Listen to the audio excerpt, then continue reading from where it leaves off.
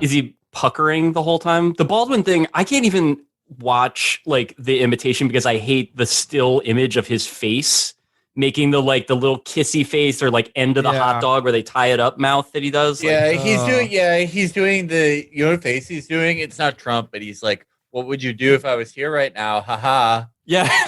You guys, do you know what he did at the end of the last episode? You're welcome. Oh yeah, Yes. he held up his hand and said, "You're welcome." You're welcome. Like me, he honestly thinks that taking time out of his not busy schedule to be on SNL in a city he lives in anyway, 10 times a year, is such like an emotional sacrifice on his behalf. I feel that he did that he did for us to remind us that in fact the Orange Man was bad, so that we would vote against him. I think spending even 30 seconds in Alec Baldwin's brain would drive a normal person mad. Oh God! I don't think that. I saw him one time when I was coming back from recording the Deadcast. I was walking up Fifth Avenue in Lower Manhattan, like across the street from that movie theater around Union Square. And he was holding a toddler and he looked really mad, but he was holding the toddler in the most, like, it's not even a way that you would teach or not teach someone. He was holding a kid, like a 3-year-old, like it was a slice of pizza on a paper plate. Like he just had his hand flat and the kid was just sitting, the kid's ass was here and it was like a chair. David, and he looked really upset. Alec Baldwin and Morrissey had the same thing happen to them where they were both like two of the hottest guys alive. And then they had that thing that happens to all Irishmen where their torso just turned into a blister. Yeah. Just their head got really big. And for Alec Baldwin, the way to solve that was to get really into liberal politics and call his daughter a pig. And for Morrissey, Morrissey actually got really good politics. Yeah, he's still working it out, but he's proof that you can succeed in the by becoming wider as you age. I was going to say with regards to Alec Baldwin's toddler holding technique. I mean, similar to a piece of pizza, if someone hands you a toddler like a slice of pizza, you'll have to often hold them upside down or blot them with a napkin to soak up the excess grease that is often the real New York way. The way we do it here, you fold the child. In the original intro to Louis, he is eating a toddler. It was produced by the Podesta Group.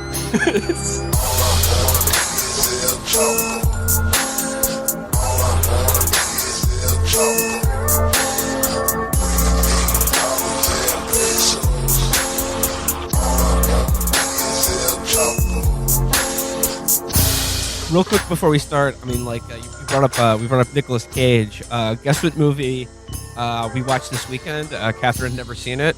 That's right, Con Air. Hell yes. One of the best action movies of the 90s. Probably, as you said, Matt, the best Michael Bay movie not directed by Michael Bay. And yep. I think Catherine nailed it when she said, this was Con Air this is the one thing we didn't want to happen, the movie. Yep. Yeah. We got all the terrifyingest criminals together on one plane, and now they're in charge. Oh, boy. It's crazy to think that used to be a model for doing movies. Get some recognizable actor and then just the 10 best and most engaging character actors alive and be like, all right, at some point you're going to be in a bus accident. We haven't figured out what else happens yet. And then just let them rock.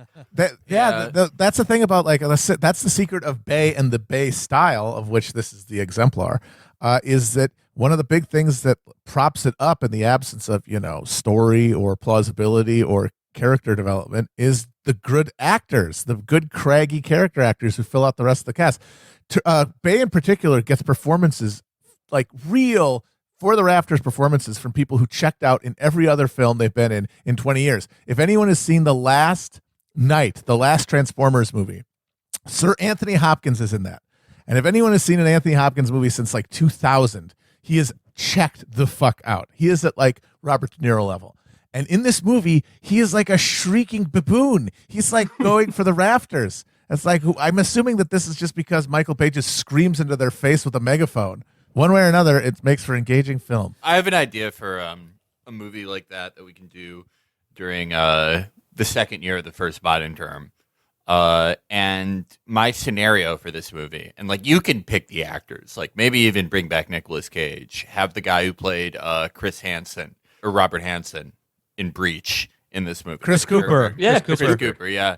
So it would be about a giant shark that only attacks religious and ethnic minorities, and it would be about the government trying to deal with this problem and the issues that arise from it. You know that Michael Bay is producing this for, I think, Netflix next year, a movie about what if COVID became super deadly and killed like 75% of the population. Yeah, it's got Archie, like hot Archie from the Sex Archie show. KJ Appa. Yep. Peter Stormare. And again, with the fucking Michael Bay thing, like just getting like the craziest actors and being like, the script is not bad. I mean, like, but it's not finished. And then you just talk about hyper normalizing things. Like, this thing is still happening and it's not stopping at all. It's like, in fact, worse than it ever was. And no one has any hope that it's going to change. And they're making a movie like, yeah, but what if that thing that was, wow, that thing, what if it was worse? It's like, it's still happening, dude. Yeah. Like, you think It's like if Michael Bay ran out into like the fucking Plaza 9/11 with a camera and started filming the rubble and like turning that into the Transformers movie. Matt, like when Michael Bay was pitching this COVID lockdown movie, it was probably in March of this year, and he was like, okay, here's the pitch of the movie. Imagine 9 to 10 months from now, all of this shit is still going on. Nothing's changed, and we still have to deal with it. Imagine that dystopian future. Imagine that horrible reality that could. Yeah, they were trying to make a dystopia, and it's like you undershot our ability to dystopiaize things, dude. All the cultural products that were pitched and accepted in like spring when it seemed like this was at its worst are going to be like the most, like the idea that Andrew Cuomo has a book about how we beat COVID. It's like, Oh, that's awesome. in stores now. You know, can buy that thing. You can read that like while you're in your second lockdown, which is going to happen. What if you like open that? What if you open that book and it's just like 2019? They told me that all the nursing homes in New York were overpopulated. It's true. But I had a solution. You know what it's like? It's the strange discordance of culture that's coming out now. Shit that was greenlit 1 to 2 years ago and timed for the election. Like they thought the Comey rule would be this big triumphant TV event to coincide with Biden getting elected president. So we've already talked about Breach, and you just brought up the Comey rule. Can we do a Billy Ray like appreciation Shattered minute glass? Because I watched some of the Comey rule because I'm a fucking pervert, and also because I can't see my friends anymore. So it's TV it's one of my closest buddies now. We bond over whatever it you shows can see me. Your friends, Mueller, Jim Comey, the lady, all of so this is all of your friends right there on. I consider them more like heroes or mighty minor gods. Well, all the people that Trump like whines about are in the movie, like T.R. Knight from the early Grey's Anatomy. Yeah, Grey's Anatomy. But he plays like Peter Stroke or like somebody that I've known as like a punchline from like tweets where they're like the lovely Miss Lisa, and like all of Trump's people know who that is. And I'm like, was that like Macho Man Randy Savage's girlfriend? Like, I don't remember who you're talking about. But so I watched the lovely Lisa Page. So Comey Rule is like 75%. It's watchable in the way that all Billy Ray movies are, where it's like just people that look tired in like drop ceiling sets in DC, like being upset with each other.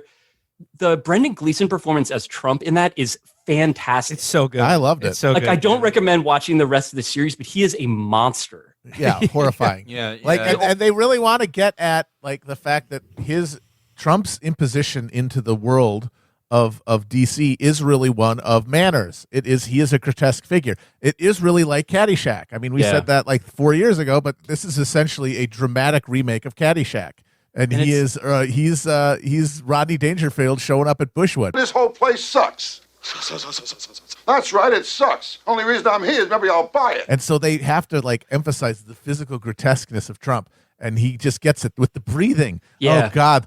It's the same thing with the like all the best imitations. Like basically, I mean the famous like the interview with the James Austin Johnson. I'm forgetting his name. The guy that's like the king. Yes, that's it. Yes. Where he was like, yeah, you have to like get a lot of mucus in there, and like I like to get my glottis swollen. Like you have to like physically get sick to do a good Trump imitation. You have to like drink a lot of milk right beforehand. Get a nice phlegmy throat. That's what I thought about, like when it, like thinking about like physically being Donald Trump. It's like he's probably had what's felt like a low-level cold for 40 years. Oh yeah. Like he just wakes up every day with like a sodium-induced headache. Yep.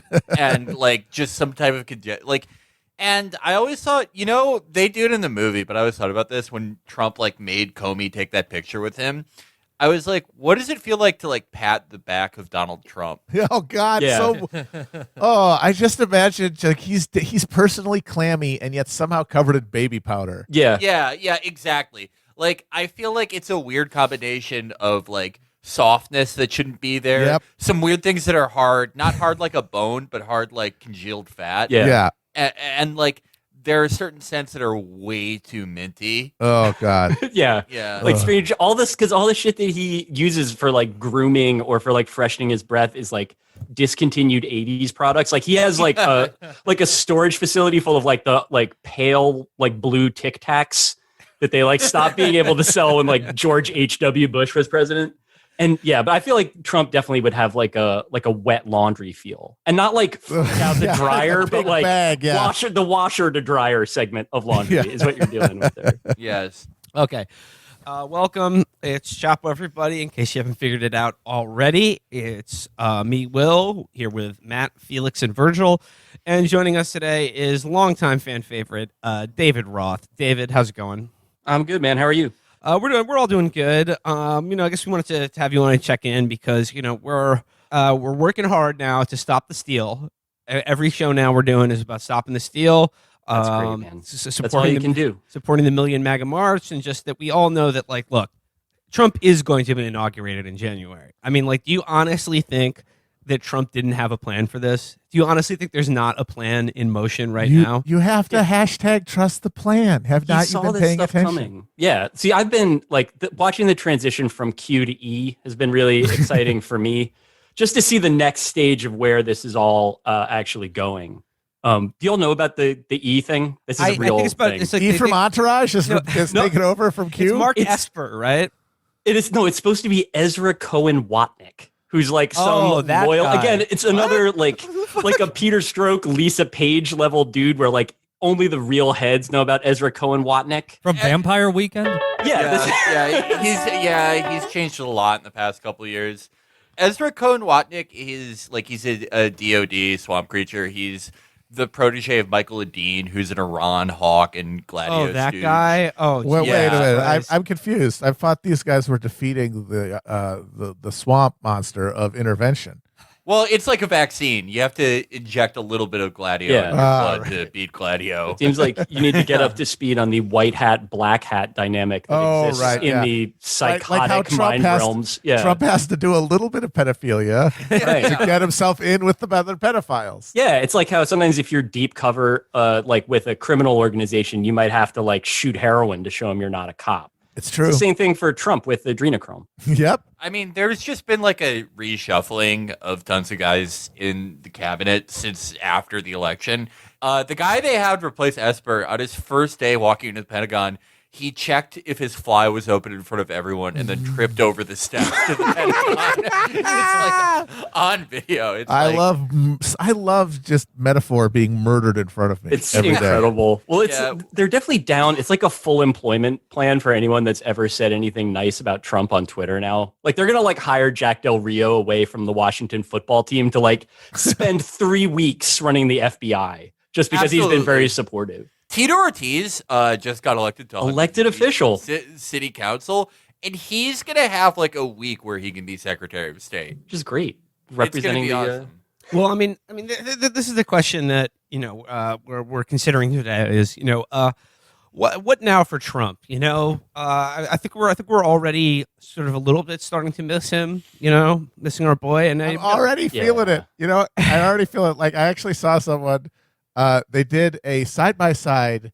I think this is one of those, that guy, Aaron Rupar, one of those like resistance dudes who just tweets about how terrible Trump is all the time. Basically, Margaret Dumont getting the pies in the face every day by the horror of Trump. And he did a side-by-side of the of Trump and Biden responding to the announcement of the shuttle that went up or whatever the fuck happened. The SpaceX bullshit. Launch. Yeah, it was a NASA SpaceX launch. Don't you love a good private partnership? Yeah. When we don't. Yeah.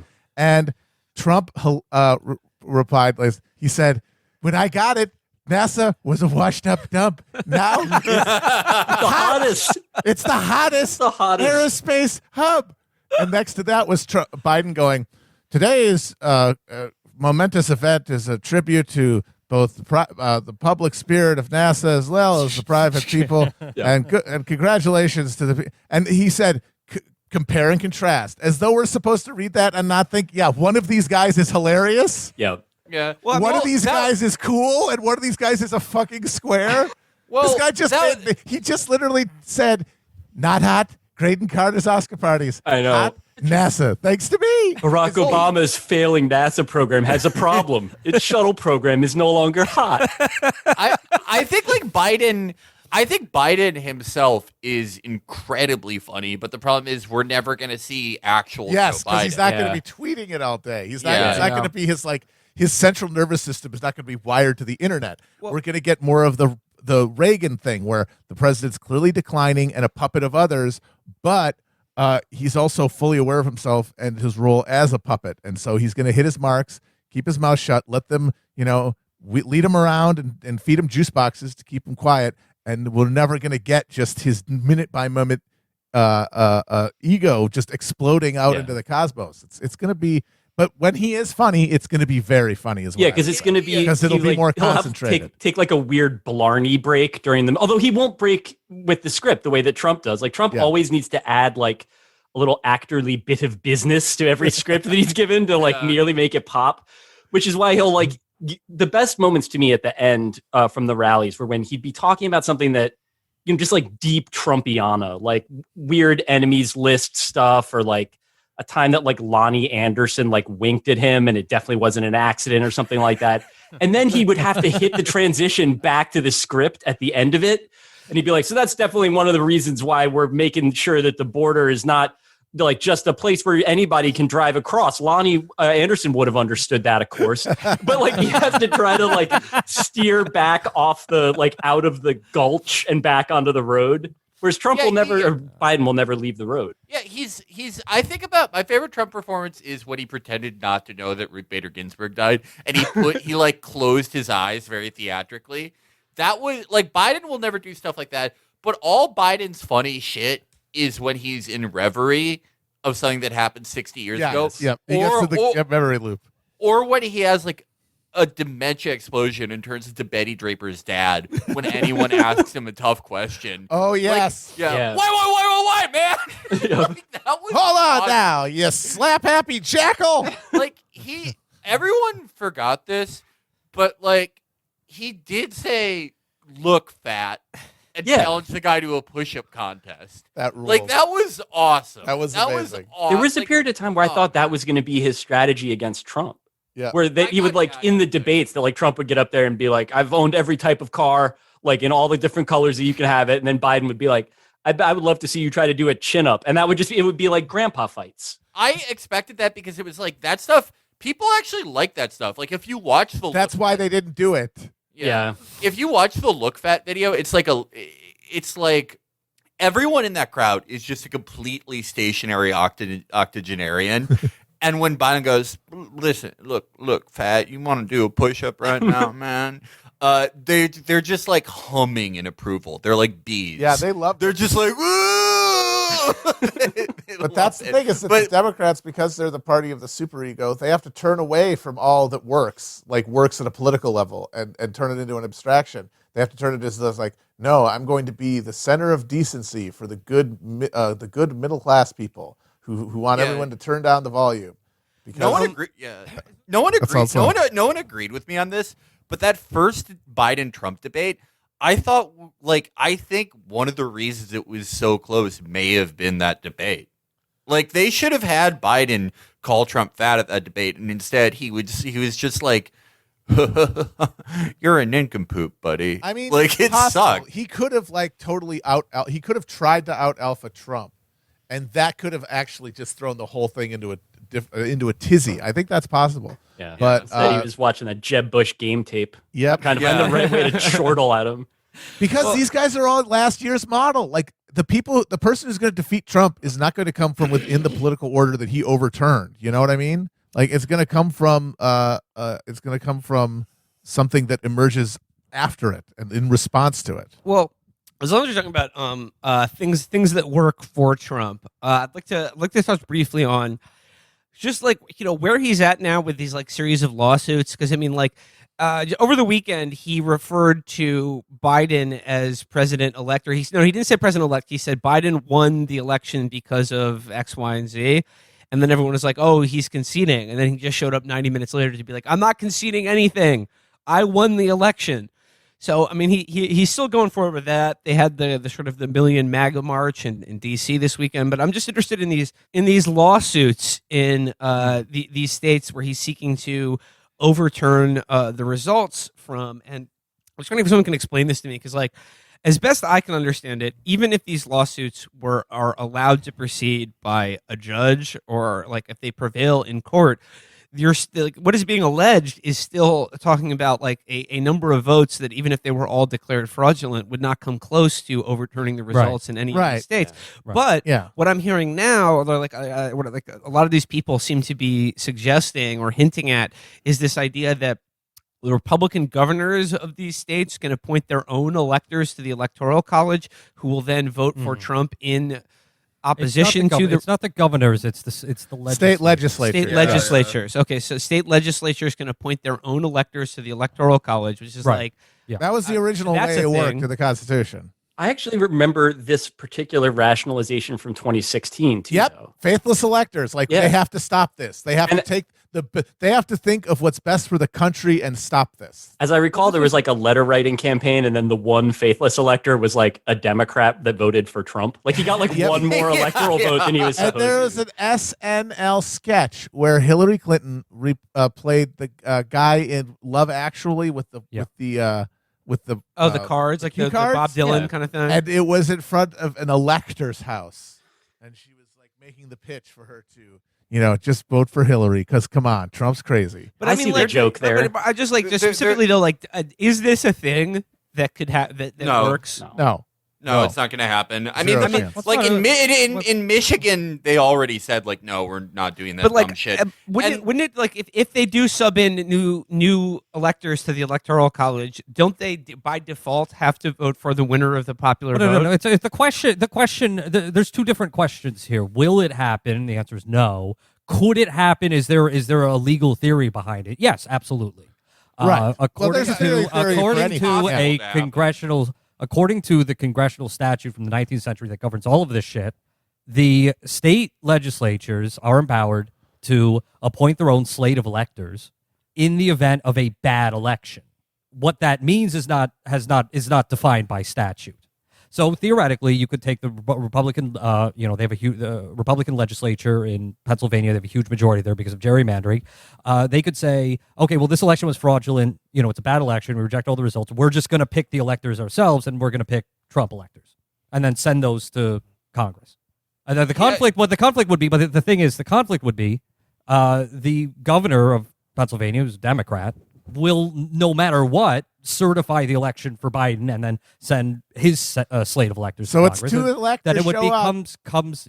And that's a classic sitcom premise right there. Two sets of electors show up for the same state. It's nice to know that episodes of Three's Company were a good preparation for figuring out what would happen in the 2020 election. That, like, some scenario where John Ritter is trying to get somebody to hide in the bathroom. That's basically how you choose a president. And I believe in that case, wouldn't it then be, all right, so if they can't figure out, if that doesn't work, either way, it goes to the House of Representatives, but two sets of electors from each state, some of these states show up, who then decides which one is to be recorded? So that's where it gets very complicated. Basically, the statute doesn't explain that. It's up to Congress to suss it out. Oh, okay. So in this case, then Congress would just... But basically, here's what would happen. My guess is by default, the electors appointed by the Democrat governor, properly certified, those are the ones that would end up getting submitted to the floor of Congress during the joint session on January 6th when they count the electoral votes. And then it would be up to the Republicans, at least one in the House and one in the Senate, to object to those electors. Then both houses, they separate and they debate the objection for up to 2 hours, and then they vote on it. What complicates things, of course, is that no matter what happens in the Georgia special elections, Republicans will continue to control the Senate in that special session because Mike Pence, is still vice president. He'll still preside over it. The open question is, what happens if the House says, well, no, this is a frivolous objection. We accept the Biden electors. And the Senate says we accept the objection. No, there's no guidance from either precedent or the letter of the law. Getting to that ridiculous point be like basically the legal strategy of Trump and his campaign? Because don't they want more than anything the Supreme Court to decide this? Basically, yeah. I mean, as much he lost the election is the thing, so all he can really do is gum up the works and create as much chaos, and use the outmoded nature of this system, the Byzantine nature of it, to find entry points in which they could maybe tip the scales in their favor. But again, this is very, very extreme. It won't happen because this would require, to actually get to this point, would require a level of coordination. Yeah, that's what I was going to say. Like, this is definitely one of those things where like Trump's natural instinct to just like stay up for 3 straight days complaining online, like kind of almost looks like it could like militate towards a specific end that's like, reasoned and like has this, sort of a linear process, but like it certainly does not. Like everything that we know about him is that like he just doesn't want to go to bed. That's like the bottom line with the guy always. He's fussy. I'm thinking about the timeline of this, and it's like immediately after the election, there was just radio silence from the National Republican Party, and a lot of people just interpreted it as them selling out Trump. But what I think it actually was they were waiting for whatever dumb shit he was going to come up with that they would then run with. Yeah, that's been that's their job. I mean, that's what it's been for 4 years anyway. But that shows me, like, that makes me very not afraid of the prospect of this, because it means it's like, oh, they had no plan for this. They had no James Baker on deck. They had no, like, legal processes on deck. They were just like, okay, like, everything has been so whittled down, and everything is such a bad photocopy of a bad photocopy, that instead of a plan that they were going to come up with 3 years ago for this, they were like, all right, let's see what he complains about, and then what he complains about we'll agree with, and then hopefully the judge likes us. All they could do ever was hope to get an outcome that could be swayable by their intervention in it.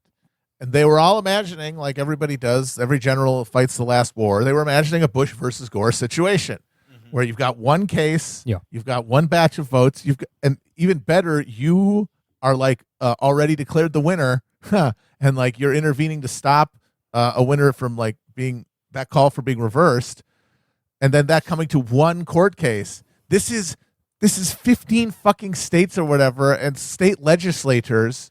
And this is a Rube Goldberg contraption, and it's necessitated because he wasn't close enough. Yeah, he didn't do good enough. It's just that he didn't do good enough for them to have done. And so it doesn't, like, a smart guy with self-respect would recognize that and not try anyway. But because Trump is just operating from pure basal instinct of I'm not owned, he is going to activate it. He's going to hit the domino thing over and start the chain reaction of, like, among his flunkies and media suckers and dipshits who all are like working towards the Fuhrer in their little, pathetic marquee level marketing scheme Ponzi ass way.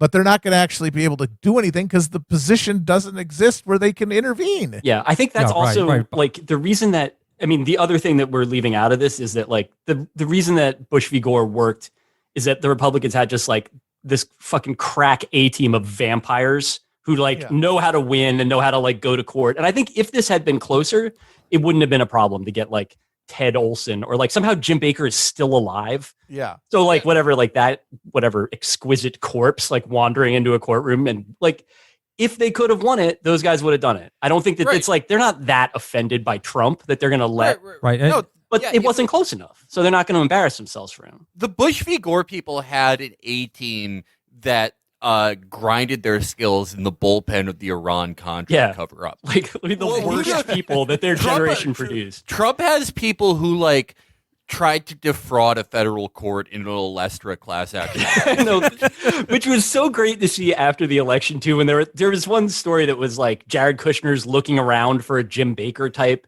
And I just thought of him like being on LinkedIn, like searching for everybody that has Svengali and they're like as a job that they've had in the past. Like they find you, man. Like it's not somebody that's in your Rolodex that you can just call and be like, this was my dad's tax attorney and like he was so good at tennis. Yeah. Like that's not, doesn't get you over the line. The only guy they have like that who was a deep state soldier and Iran-Contra veteran is Bill Barr, and Bill Barr's entire job is to like unseal testimony about Nellie Orr. Yeah, that's what they put him in charge of. There is a Felix tweet. This may have been from like a deleted account, even from back in the day, where you said that Trump's lawyers, like his response to everything is to like get mad and then have his lawyer write a letter saying that he's normal.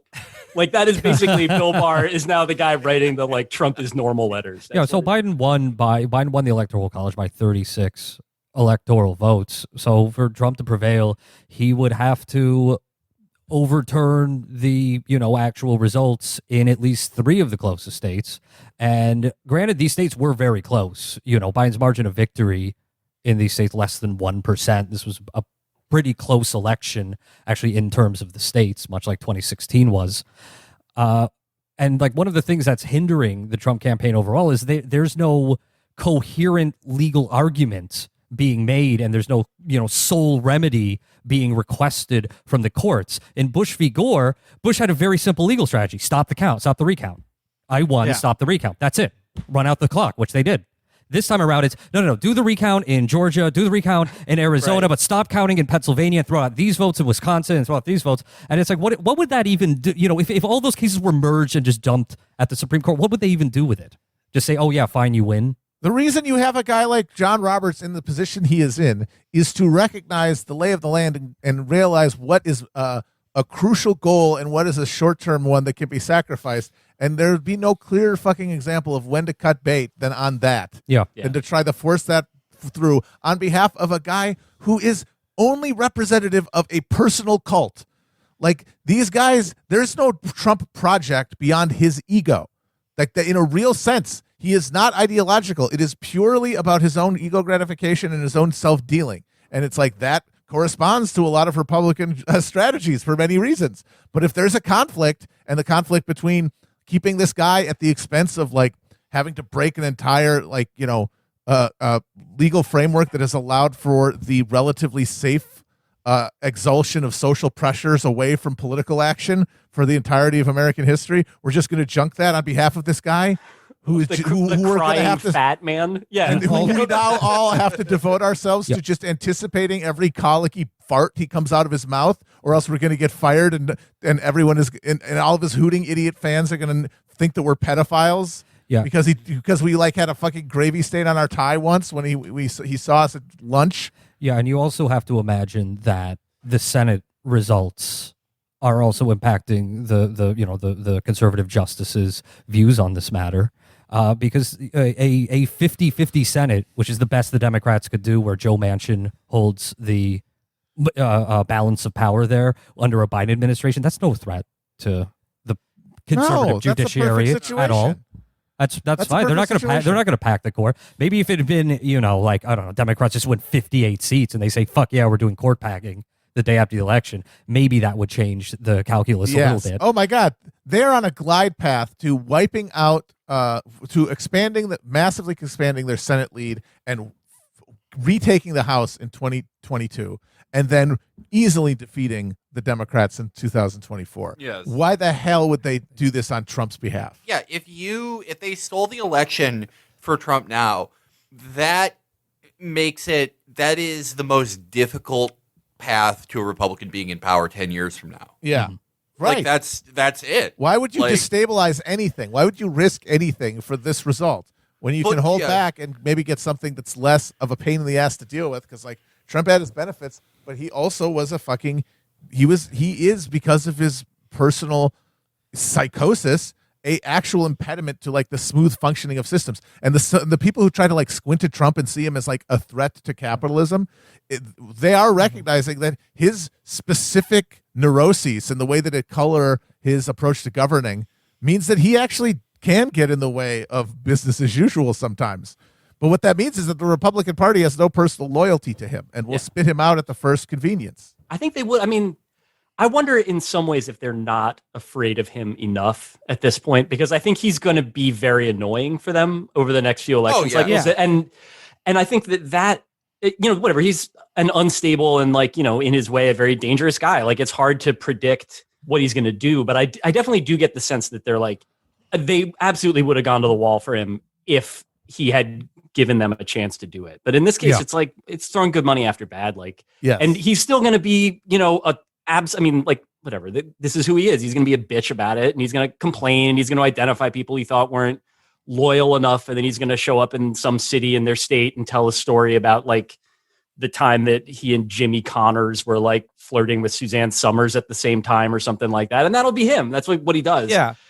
And he might very well, candidates that are more like him might wind up primarying people that weren't loyal enough to him. And I'm sure that would be very annoying for everybody, but not as annoying as having to sublimate your entire project to this guy's gratification, which they did. There wasn't even a fucking platform. Yep. No thing this year. It was just, we support Trump's agenda.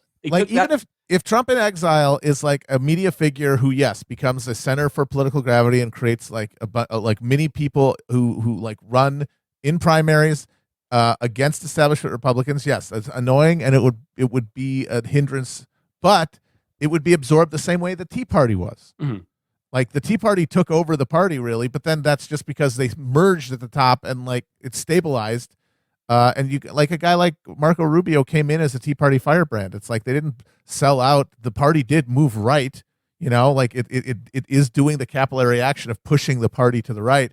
And the Trump, I think on cultural grounds, certainly would push the party right in that direction. But other than that, it would just be absorbed into the Republican Party in general to their benefit. His impact on the party is going to be stylistic, because there's no ideology to speak of. And you can see the stylistic element already. It's just what you're going to get is more of the Madison Cawthorn, these really mutant creatures. Right. Because the alternative is all these 75-year-old former attorneys that are in the Senate having to go up there and be cry more libs and can't pull it off. Exactly. If that's the politics they are, they can't do that.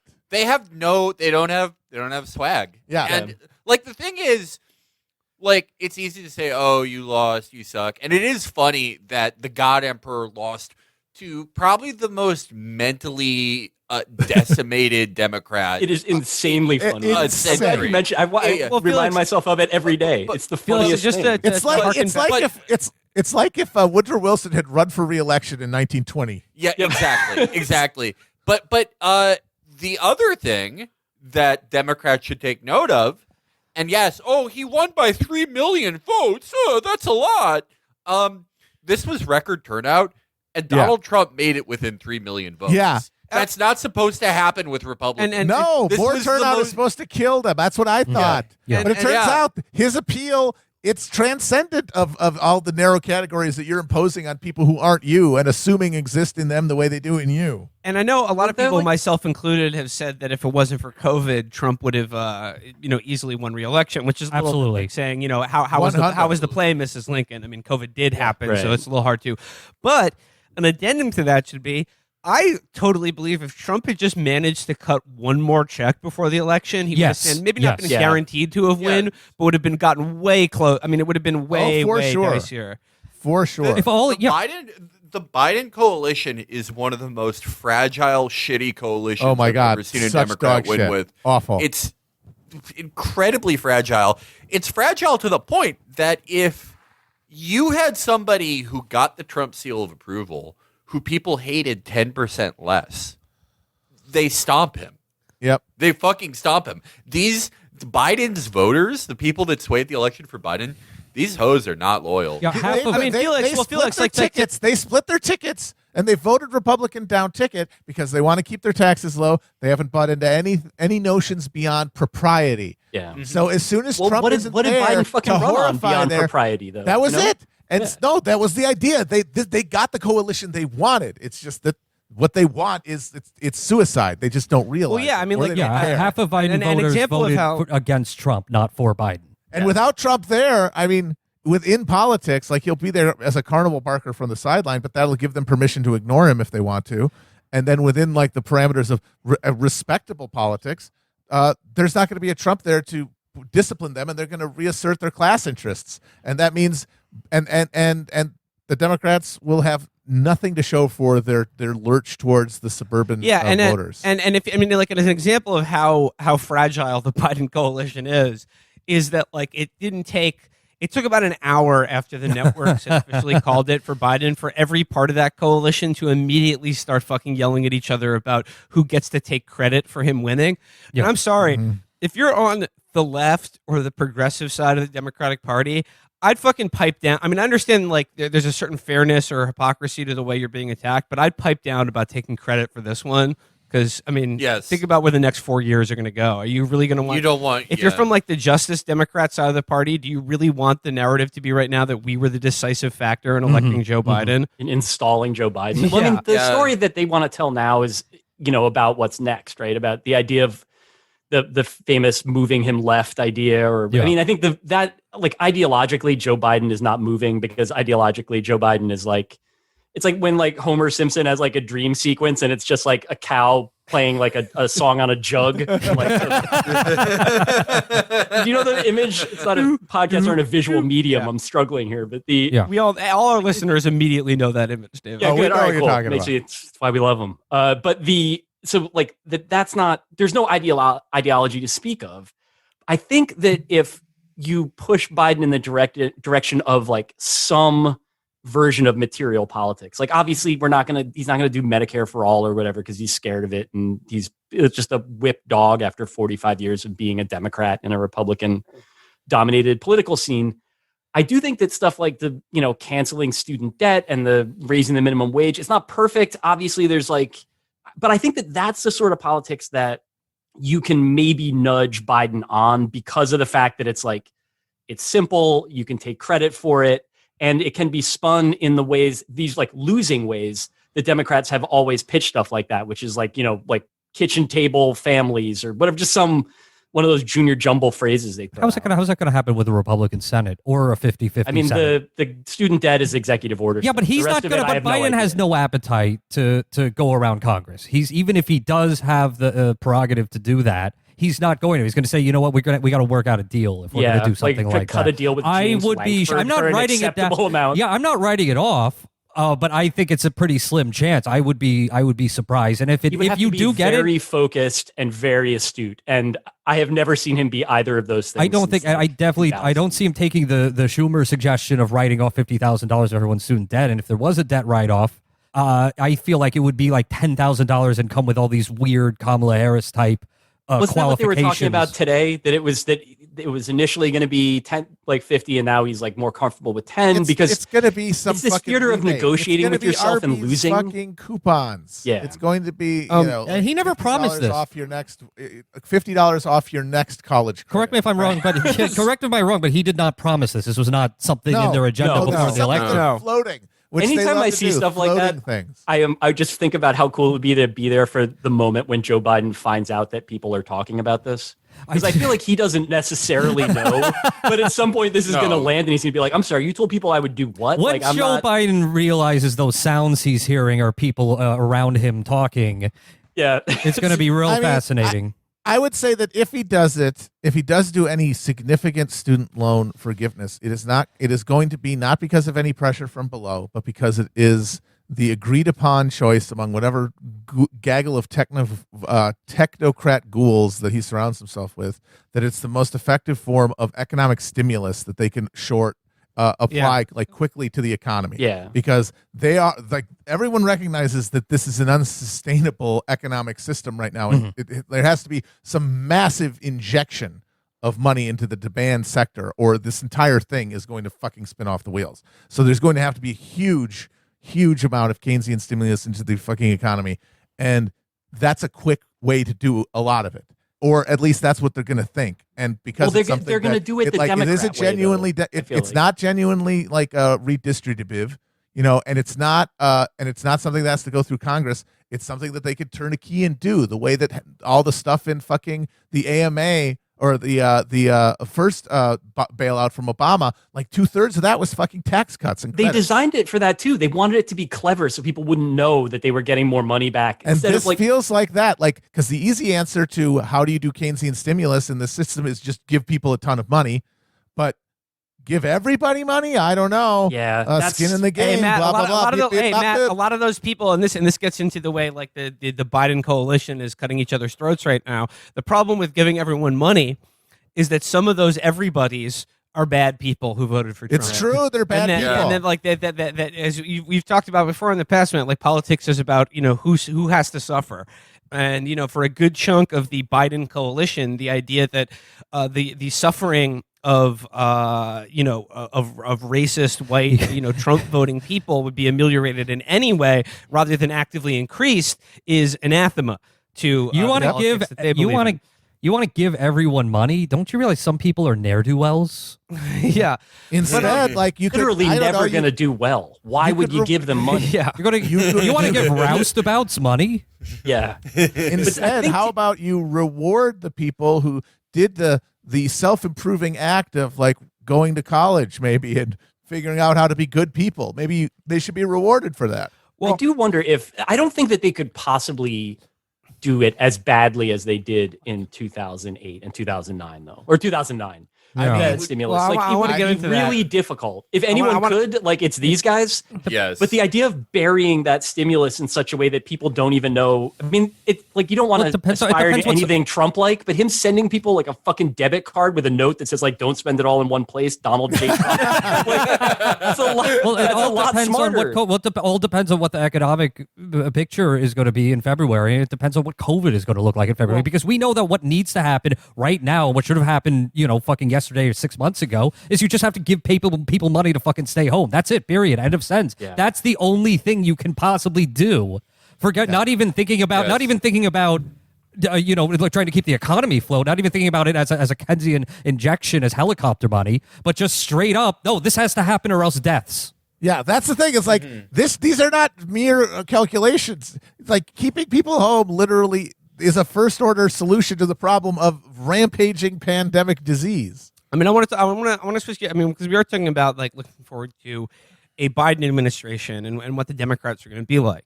And we've talked before. We've discussed earlier on in this show that like the Republican Party is now basically a personality cult about Donald Trump. Like the Republican voters are in the bag for Trump 100%. Trump is probably never going to concede. He is most likely going to become some sort of TV personality or anti-president who will just sort of like give his own State of the Union address or fucking be sworn in at Mar-a-Lago, and he'll just be sort of this alternate presidency. And that like the Republican Party is going to have to indulge that because their voters love Donald Trump and trust him more than any other politician who's maybe ever lived. The Democrats, however, if that is the case with the Republican Party, we've said it before, I'll say it again now, are free to live their dream, which is govern as a Republican Party of maybe 10 or 20 years ago would be. And to that end, I just want to give just check in briefly on this interview that Barack Obama gave to Jeffrey Goldberg, because let's be honest, the Democratic Party is Barack Obama's party. He's in charge of it. He's in charge of it. It's not Biden's party. Barack Obama is the guy. I mean, he's the embodiment of everything that like they now stand for and believe in. It's rap. Is Barf Sacco Crumbo. It's rap rock's party. I just want to read here a little bit from this interview. He's talking to Jeffrey Goldberg, and he's going on here, and he says, "I certainly don't watch reality shows, and sometimes I'd miss things that were a phenomena.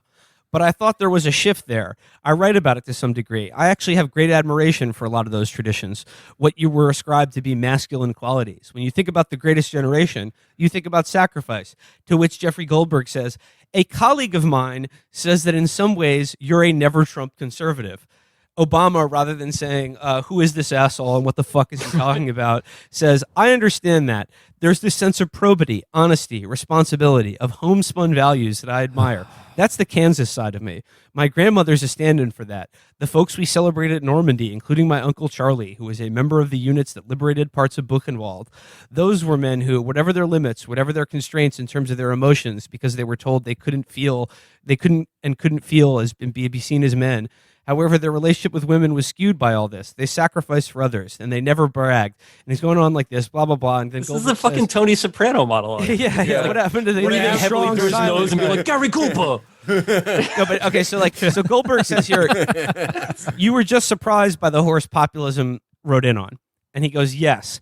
And it's this indication of parts of popular culture that I've missed. So he's saying, like, I've been so busy being president, I've missed these disturbing trends in popular culture. I don't even have a TV. Doesn't Obama write a list every year that he's like, Yes. all right, guys, here's my 15 favorite Yeah, drinks. Yes. Guys, you got like a fucking Ringer podcast, like ranking Ozark episodes. Like, this is about what you watch on TV, man. He's talking to Reality fucking- television, that's an oxymoron. He's talking to fucking Bill Simmons about like doing the Sweet 16 bracket of the best Wire characters, and he goes, let me be clear, Brother Mouzone would defeat Proposition Joe. That's one thing I gotta be clear about. No, but he goes on here, and this is very telling here. He says, it's interesting. People are writing about the fact that Trump increased his support among black men in the 2020 presidential election, and the occasional rapper who supported Trump. I have to remind myself that if you listen to rap music, it's all about the bling, the women, the money. A lot of rap videos are using the same measures of what it means to be successful as Donald Trump is. Everything is gold-plated. That insinuates itself and seeps into the culture. And what I love about this is I guess he is out of touch with popular culture because, I mean, he's talking about the rap music of 15 years ago. Like, if Barack Obama... In a way that you would do if you were trying to find common ground with, like, Bill O'Reilly 15 years ago. Or Bill Cosby. Yeah, seriously. Like, it's like... I mean, first of all rap today is done by 19-year-olds who have BPD, and it's about having BPD. Yeah, all rap music today is about Rap music today is about taking so many pills you can't feel anything, or being a woman who's incredibly horny. Yeah, those are the two things it's about. But I mean, it's like It is. no one voted for Democrats at the rate that black voters voted for. But there was a completely statistically insignificant amount of black men who voted for Trump, and for whatever exit polls say, we don't know why. Maybe it was stimulus. Maybe it was something else. Who knows? But there's instantly this recrimination about how, it's because they're rapists like Donald Trump and they only care about bling.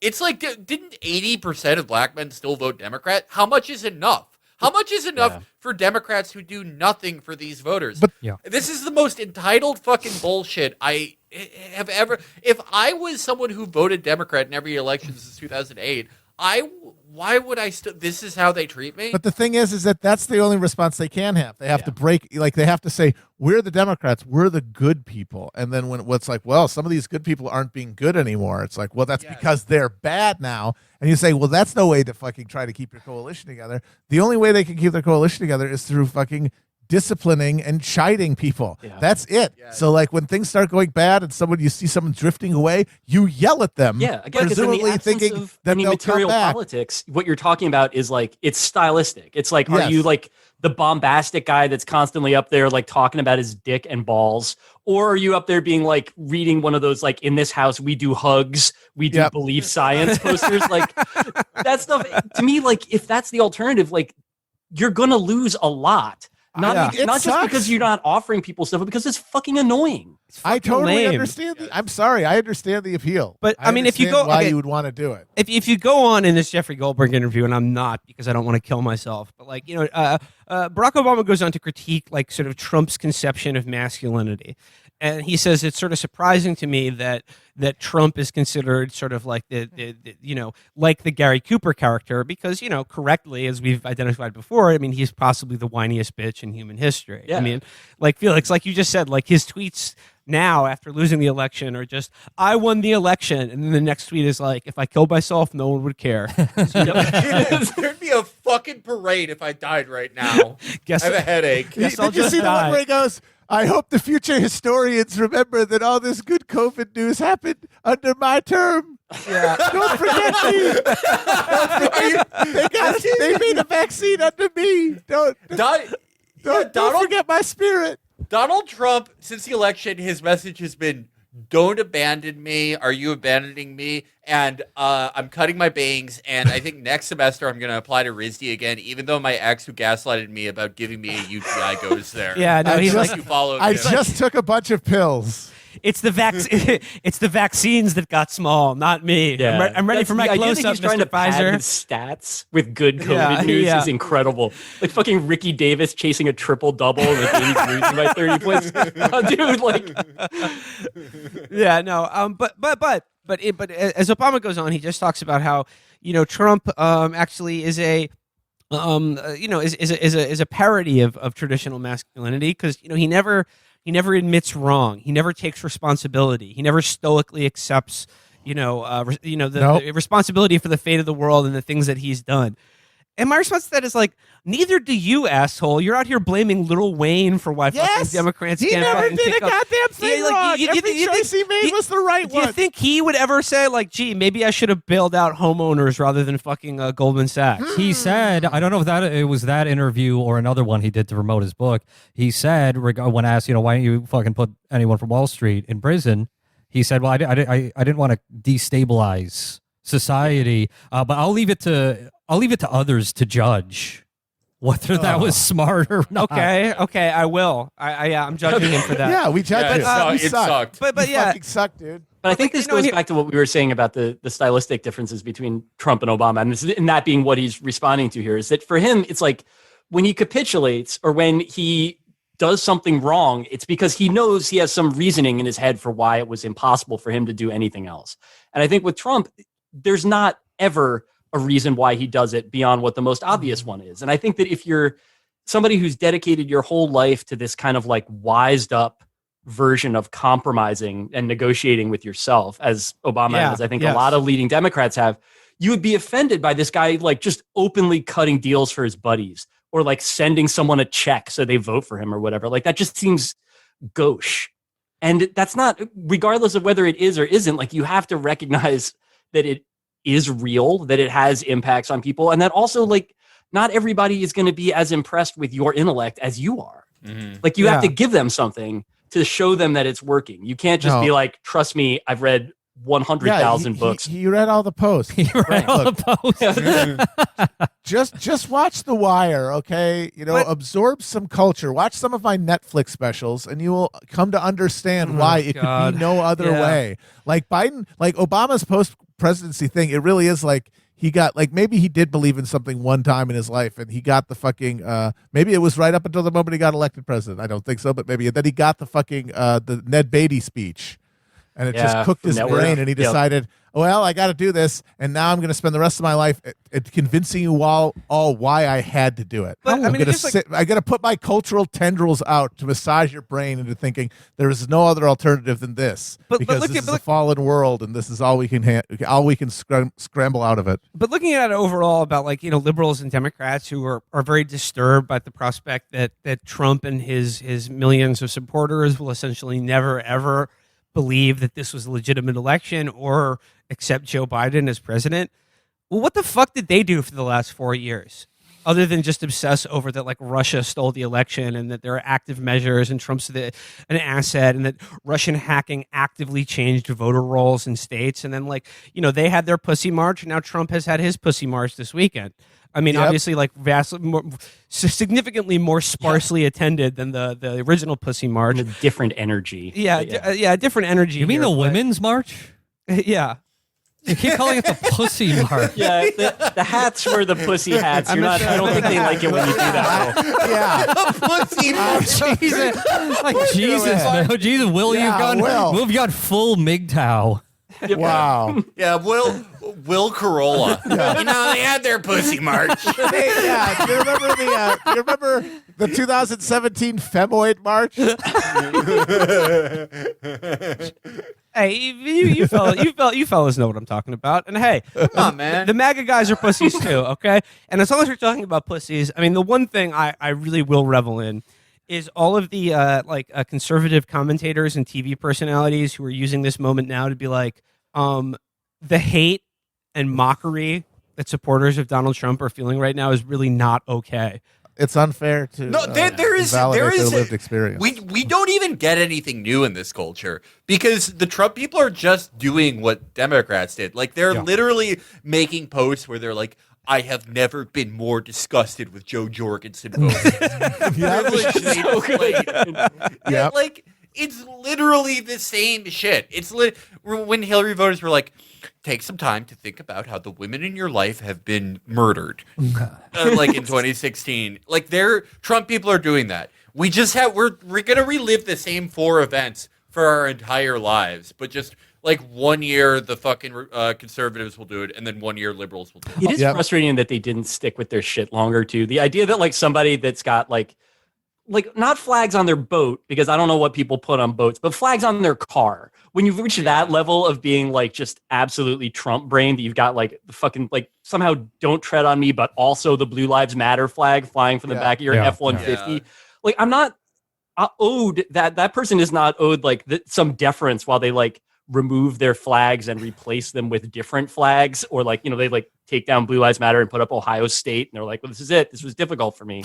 Like that person's an asshole. Like I'm allowed to laugh at that shit. Like it's not like their hopes and dreams were dashed. Their whole thing was that like somebody else would beat someone they don't like up for them. Yes. And I guess like now they have to wait a little while before that happens again. Like I'm sorry about it, but and obviously like and they'll get to complain about it until that happens. And obviously like every outcome that's produced by the American political system is bad and getting worse. But like, you know, all these people like the Republicans who were like, if we allow Joe Biden to win this election, Republicans will literally never win an election again. And it's like they said that shit about Obama. And then when Trump won, everyone said it like the Democrats will never win again. And it's just like, no, they'll just, you know, obviously everything will continue to get worse. The system is already vastly, vastly weighted in favor of the right wing and of this country. But it's just like, you know, they're just going to trade off. Everything's going to be the fucking same. It doesn't like calm down. Funnier. When they do the most important election of our lifetime shit, though, it's funnier to me when they do it, when they're like, this is literally good versus evil. Like this fat guy who acts like a Broadway producer and is awake for 80 hours at a time. And then like the guy that wants to declare it National Mustang Day every day. This is the most important election that we've ever faced. Yeah, it's like every election for the rest of our lives will be called the most important election. Yeah. And it's like, that stopped working on me when I turned 18. Like, if this was the most important election of our lifetime, why is it Joe Biden? Yes, right. Why did you give him that job? How are these the two competitors for this office if this office means what you say it does? I can't It get does past not make that shit, sense, dude. sir. It does not add up. This is the most important election in our lifetimes. This is why we've selected a guy who gave himself brain damage in 1963 for combing his hair too hard. I can't get over it. It's so reckless. Like the idea of like, if you take it as seriously as that, shouldn't you try a lot harder? Not just try harder than Biden, but try harder in terms of like what you're offering people. Like you shouldn't be instantly like sort of dampening expectations and like sort of like pre-running some recrimination monologues about like who didn't vote for you enough so that you'd have a justification in case you lost. But that's because but everything now is outsourced. Everything that we have now, one of the reasons everything is so bad is that everything has been outsourced to the individual or private corporations. Like in the same way that like now, if you're down on your luck, if you're underemployed or unemployed, instead of the state taking care of you, you have to get a job with Grubhub or Uber. It's your responsibility to look after yourself if you fall through the cracks. Yep. The most important election is not a reflection on what the Democrats, or if you're a Republican, what the Republicans should have done. It's a reflection on you. Yep. It is more reason for you to accept what they give you. It's outsourced to you. The work of performing the most important election is your job. And that's why after every fucking election now, the liberal media's job is to try to trick all the races into fighting each other over who's the best at voting for Democrats. Yep. What have you done for us lately? Yep. It's like the fucking mafia out there. Well, I mean, it's because everything has been outsourced. All amelioration of misery has been outsourced. There can be when you're voting, you're not voting to make good things happen. You're only voting to decide who bad things will happen to. Yeah. Like that's it. And so all these things, all these elections do is determine how you're going to get your creepy political voyeuristic thrills the next 4 years. Yeah, or the aesthetics of how more or less the same bad things are going to happen in terms of this, like what shape and what tone the compromises that like whittle away at whatever agency and independence you have. And as long as we're talking about the fact that everyone's going to be doing driving for Lyft or delivering groceries or whatever. I mean, how many people mentioned either working on the Biden transition team or whose names have been floated for possible cabinet positions have been directly working for Uber, Lyft, or Amazon over the last 4 years? Did you see that with Prop 30 in California? That like the guy that was like that ran Uber's communication thing there was like literally the head of the Department of Transportation under Obama. Yeah, he was a guy. Anthony Fox. And like I gotta say though, out of all the names being floated for a Biden cabinet, the one that I am fucking most excited for is fucking Meg Whitman to be Secretary of Commerce. Yes. A Republican. Whose previous job, like a line item on her fucking LinkedIn profile was CEO of QB.